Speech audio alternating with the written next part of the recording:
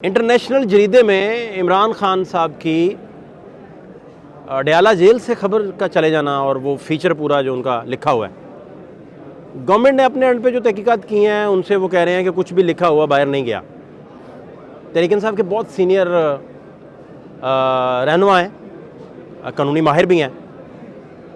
उनसे मेरी बात हुई तो उन्होंने कहा कि एक बहुत सीजन्ड जर्नलिस्ट हैं, पाकिस्तान के बहुत नामवर जर्नलिस्ट हैं, मतलब वो उस पाए के हैं कि आप उनके जो फीचर राइटिंग है या कॉलम्स हैं या प्रोफाइल इंटरव्यूज़ हैं, वो जब आप पढ़ते हैं तो आप हैरान होते हैं कि यार ये लफ्ज़ और ये ख्याल कहाँ बैठ के सोचते हैं। इतने क्लास के वो राइटर हैं, इतना बड़ा नाम है पाकिस्तान का।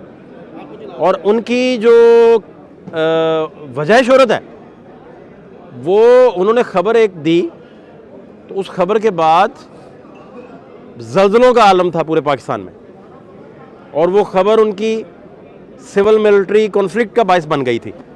इस क्लास के वो जर्नलिस्ट हैं।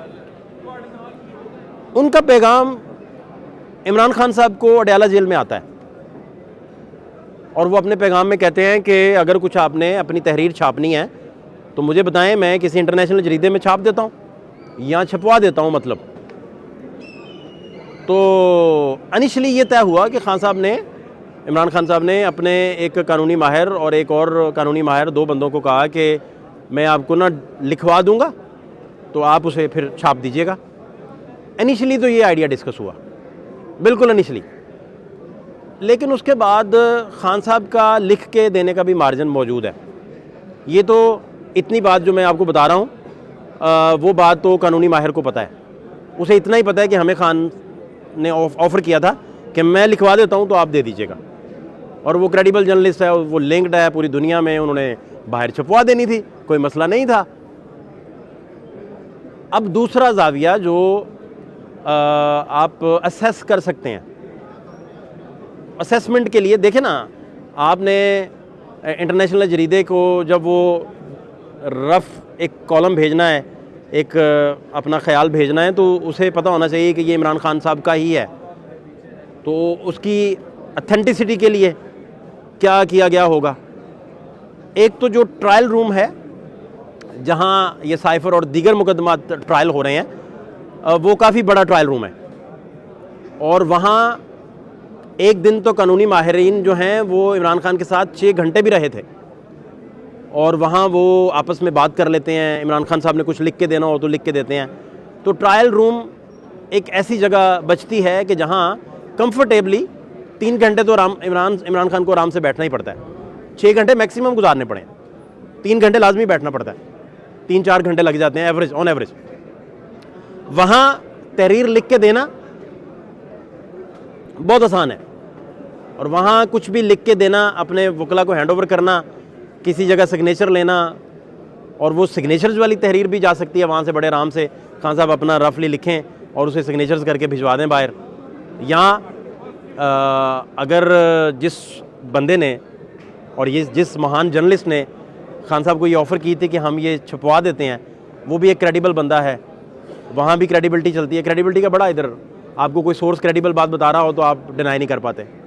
क्रेडिबल बंदे की बताई हुई बात कई दफ़ा आपके पास काउंटर चेक का मार्जिन नहीं भी होता, तो आपको पता होता है कि ये आपका सोर्स जो है वो कितना क्रेडिबल है।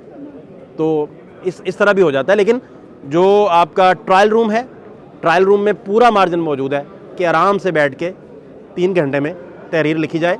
और ये तो चंद पैराग्राफ थे, ये तो बड़े बड़े आराम से लिखे गए होंगे, जिसमें उन्होंने बताया कि उनकी गवर्नमेंट को गिनाने के लिए जनरल बाजवा ने क्या रोल प्ले किया, और ख़ास तौर पर उन्होंने कहा कि अमेरिका के कहने पर ये सारा उन्होंने किया, और अमेरिकन नशीरबात थी बकौल उनके, जो उन्होंने द इकोनॉमिस्ट में अपना मजमून छापा।